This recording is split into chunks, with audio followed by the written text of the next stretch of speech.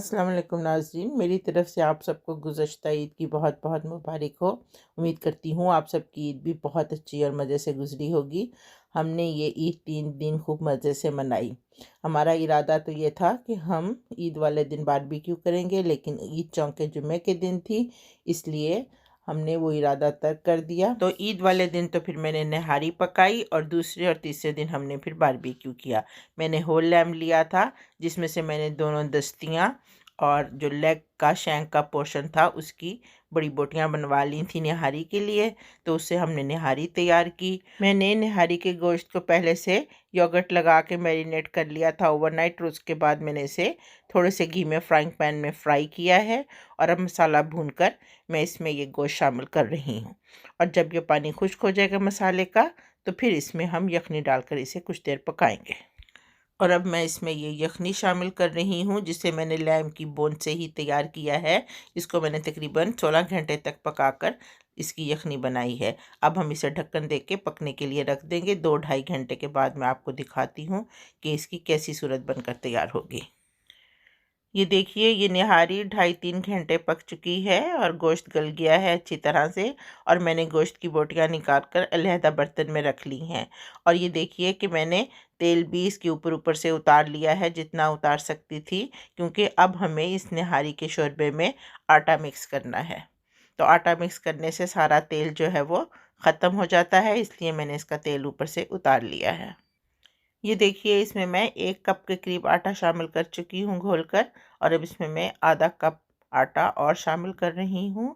और ये आटा शामिल करने के बाद इसमें जितना तेल था ऊपर ऊपर, वो आप देख सकते हैं, ये सारा ख़त्म हो गया है। तो अब हम इसे कुछ देर पकाएंगे ताकि ये शोरबा थोड़ा गाढ़ा भी हो जाए और जो आटे का कच्चापन है वो भी ख़त्म हो जाए। तो ये देखिए, हमारी निहारी पक कर तैयार हो चुकी है अल्हम्दुलिल्लाह। और इसे मैंने सर्व भी कर दिया है। बहुत ही मज़े की और बहुत टेस्टी निहारी पक कर तैयार हुई थी। सभी को बहुत पसंद आई। और ईद के दूसरे दिन हमने फिर बारबेक्यू किया। साथ में ये स्नैक के लिए मैंने दही भल्ले भी बनाए थे। और पहले दिन स्नैक के तौर पे मैंने आलू चने की चाट बनाई थी, जिसकी रिकॉर्डिंग नहीं हो सकी। बहरहाल दोनों लेग्स की शैंक तो मैंने निहारी में डलवा दी थी, और बाकी लेग्स और पल्लों का मैंने कीमा बनवा लिया था। इससे हम कबाब तैयार कर रहे हैं। और ये टिक्कों की तैयारी हो रही है बाहर। और साथ ही ये बारबेक्यू में कोयलों को सुलगाने की भी तैयारी हो रही है। इस दफ़ा हम 2 बारबेक्यू इस्तेमाल कर रहे हैं, ताकि टिक्के भी और कबाब भी एक साथ पककर तैयार हो जाएं। तो इसमें इन्होंने आग लगा दी है कोयलों को। और ये जब सुलग कर तैयार होगी, ये इंस्टेंट कोयला है जो इस वक्त जलाया गया है। और जब ये थोड़ा सा जल जाएगा, तो इसके ऊपर हम दूसरा कोयला शामिल कर देंगे। और फिर जब ये कोयले दहक जाएंगे, तो फिर इस पर हम बारबेक्यू करेंगे। एक तरफ तो सीखों पर ये तिक्के लगाए जा रहे हैं, तिक्के बनाने की तैयारी हो रही है। कुछ तिक्के बनकर तैयार हो चुके हैं, और साथ में सीखों पर कबाब भी तैयार किए जा रहे हैं। और जैसे ही ये कबाब और तिक्के बनकर तैयार हो जाएंगे, तब तक कोयलों की आंच भी तैयार हो चुकी होगी। तो फिर हम बारबेक्यू पे रख देंगे इन्हें। ये लीजिए, तिक्के और सीख कबाब दोनों अंगीठी पर रख दिए गए हैं। जैसे ही ये पक कर तैयार होंगे, सभी को भूख लग रही है, साथ का साथ हम खाते भी चले जाएंगे। और जैसे जैसे ये तिक्के और कबाब पकते चले जा रहे हैं, इन्हें उतार कर हम फॉयल ट्रेज में रख रहे हैं। और ताकि इसलिए कि इसको ऊपर से कवर कर दिया जाएगा और ये इसमें गर्म भी रहेंगे। और साथ में ये लैम्ब चॉप्स तैयार की हैं। इनको जो मसाला लगाकर तैयार किया है मैंने, इसकी रेसिपी मैं आपको डिस्क्रिप्शन बॉक्स में दे दूँगी। मैं ऑलरेडी आपको सिखा चुकी हूँ, आप वहाँ पे चेक कर सकते हैं। ये लैम्ब चॉप्स भी तैयार हो गई हैं। ये लैम्ब चॉप्स भी बहुत मज़े की और टेस्टी बनकर तैयार हुई थी। सभी ने इन्हें भी बहुत शौक से खाया। और ये वाली लैम्ब चॉप्स को तैयार होने के बाद ये दूसरा बैच है जो अंगीठी पे रखा जा रहा है। ये एक तरफ पुट का गोश्त है और दूसरी तरफ चाँप का। तो एक तरफ तो ये पुट यानी बैक चॉप्स और चॉप्स तैयार हो रही हैं, और दूसरी अंगीठी पर कबाब भी तैयार हो रहे हैं। अब की बार 2 अंगीठियों की वजह से काम जल्दी ख़त्म हो गया। बहुत जल्दी एक साथ पककर सब कुछ तैयार हो गया था। ये देखिए सीख कबाब गर्मा गर्म उतरते चले जा रहे हैं और सभी इसे साथ साथ खा भी रहे हैं। और असल में तो सीख कबाब का मज़ा गर्मा गर्म उतरते ही सीख के ऊपर खाने में आता है। और इस सीख कबाब के साथ साथ हमारी ये चॉप्स भी तैयार हो रही हैं। और इन चॉप्स के साथ हमने हलूमी चीज़ को भी बारबेक्यू किया है। हलूमी चीज़ को भी आप बारबेक्यू करें तो ये भी बहुत लजीज होती है। तो आप चाहें तो इसे बारबेक्यू पे गरम करें और चाहे तो आप इसे पैन में भी सेक कर खाएं, इसका बहुत मज़ा आता है। और साथ में मैंने ये मटन चॉप्स भी तैयार की हैं। मटन चॉप्स का जायका लैम चॉप से मुख्तलिफ होता है। तो मटन चॉप्स को मैंने सिर्फ काली मिर्च, नमक और टेंडराइज़र लगा के ओवरनाइट मैरिनेट किया है। आपको इसे टेंडराइज़र लगाना पड़ता है क्योंकि ये गोश्त ज़रा सख्त होता है। तो बहरहाल इसकी लज्जत अलहदा से है और ये भी बहुत मज़े की चॉप्स बनकर तैयार हुई। तो हमारी लैम चॉप्स के साथ साथ ये मटन चॉप्स भी बनकर तैयार हो गई हैं। ये भी बहुत मज़े की चॉप्स बनकर तैयार हुई थी। और इसके साथ हमने कुछ सॉसेजेस भी बच्चों के लिए बारबेक्यू की थी। अलगरज बहुत ज़बरदस्त और बहुत मज़े का हमारा ये बारबेक्यू हुआ दूसरे दिन। और ये खीर मेरी मंजली बहू ने बनाकर तैयार की, ये भी बहुत मज़े की बनकर तैयार हुई थी। अलगरज ये बहुत शानदार दावत हमारी सभी ने बहुत इन्जॉय की, सबको बहुत मज़ा आया। सारा दिन खूब लुत्फ़ उठाया हमने। बच्चे गार्डन में खेलते रहे, साथ साथ शरारतें करते रहे और सभी साथ का साथ खाते भी रहे। और फिर आखिर में भी सब ने बैठकर खूब मज़े से खाना खाया। तीसरे दिन की सुबह बच्चों को लेकर हम लोग लेवेंडर गार्डन चले गए थे। वहाँ से दोपहर में वापस आए तो फिर हमने उस दिन भी बारबेक्यू किया। और उस दिन का ख़ास बारबेक्यू था fish barbecue.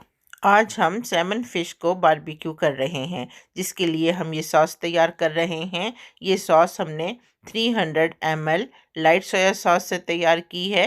Light soya sauce के अलावा इसमें 2 टेबलस्पून के करीब ब्राउन शुगर शामिल की है, 1 अदद लेमन का जूस शामिल किया है, हाफ़ टेबल स्पून इसमें गार्लिक शामिल किया है और हाफ़ टेबल स्पून ही इसमें अदरक भी शामिल किया हुआ पिसा हुआ। और इसके अलावा इसमें 5 अदद सब्ज़ मिर्चें बारीक पीस कर वो भी शामिल कर दी हैं। नमक शामिल नहीं किया क्योंकि इसमें ऑलरेडी काफ़ी सोया सॉस में सॉल्ट होता है, लेकिन अगर आप चाहें तो अपनी पसंद के मुताबिक नमक शामिल कर सकते हैं। तो अब ये सॉस पक रही है। जैसे ही ये सॉस थोड़ी थिक हो जाएगी तो हम इसे चूल्हे से उतार लेंगे और फिर इसके साथ उसको फ़िश को हम मैरिनेट करेंगे।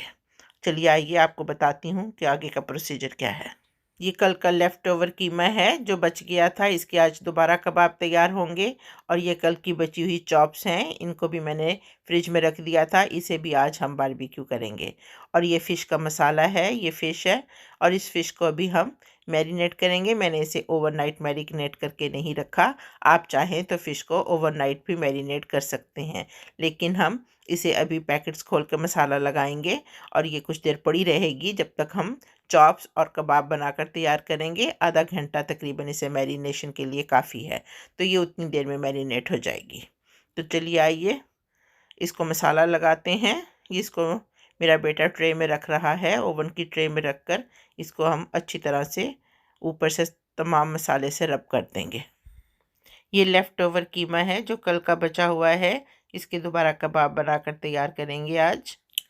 मछली को उस मैरिनेशन के साथ जो हमने तैयार किया था अच्छी तरह से रब कर रहे हैं और इसको अच्छी तरह से रब करने के बाद कुछ देर पड़ा रहने देंगे। उसके बाद इसे हम बारबेक्यू करेंगे।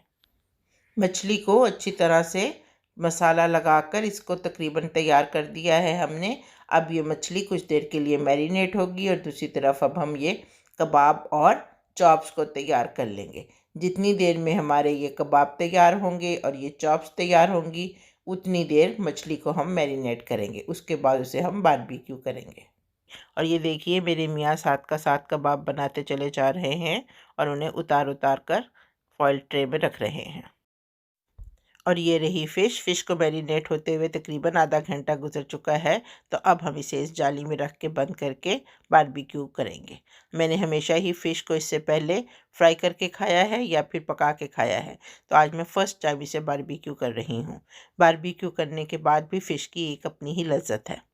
ये देखिए इसे हमने बारबेक्यू के ऊपर रख कर पकने के लिए रख दिया है और जैसे ही ये फ़िश तैयार होगी तो मैं आपको दिखाऊंगी कि इसकी फ़ाइनल सूरत कैसी बनकर तैयार होती है।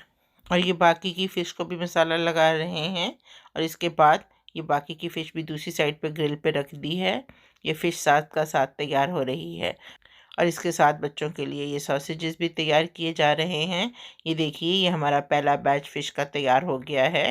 ये नीचे से थोड़ा सा आंच तेज़ होने की वजह से नीचे लग गई है।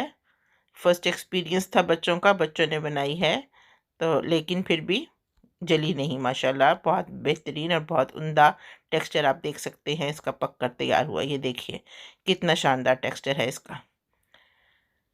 और अभी मैं आपको दिखाती हूँ कि इसका ये आखिरी बैच भी बनकर तैयार हो रहा है। ये देखिए, ये इसका आखिरी बैच है तो इसमें थोड़ी सी एहतियात बरतेंगे और इसको थोड़ी थोड़ी देर के बाद पलटते रहेंगे, वरना ये बहुत जल्दी जल जाती है। बहरहाल ये हमारा पहला एक्सपीरियंस था बारबेक्यू का, लेकिन इसके बावजूद बहुत शानदार फ़िश बनकर तैयार हुई है। मछली का ये दूसरा बैच भी तकरीबन पक कर तैयार है और अभी मैं इसे उतार कर आपको दिखाती हूँ कि ये भी बहुत मज़े की, बहुत शानदार मछली पक कर तैयार हुई है। ये देखिए माशाल्लाह अल्हम्दुलिल्लाह कितने शानदार पीसेज इसके पक के तैयार हुए हैं। ये इसको हम चिमटे से पकड़ कर उतार रहे हैं और अभी मैं इस मछली को डिश आउट करके भी आपको दिखाती हूँ और इस मछली को भी आपको मैं अंदर से काट कर भी दिखाती हूँ। ये कम से कम चिपकी नहीं इसके साथ, क्योंकि हमने नीचे आंच का भी ध्यान रखा कि वो एकदम भड़क ना जाए। बाज़ दफ़ा एकदम शोले भड़कने लगते हैं तेल नीचे गिरने से। ये देखिए कितनी शानदार मछली बनकर तैयार हुई है। ये देखिए, आपको काट कर भी दिखाते हैं कितनी सॉफ्ट, कितनी नरम और इसकी लज़्ज़त भी बहुत बेहतरीन अल्हम्दुलिल्लाह। मुझे तो ये मछली इस दफ़ा बहुत पसंद आई।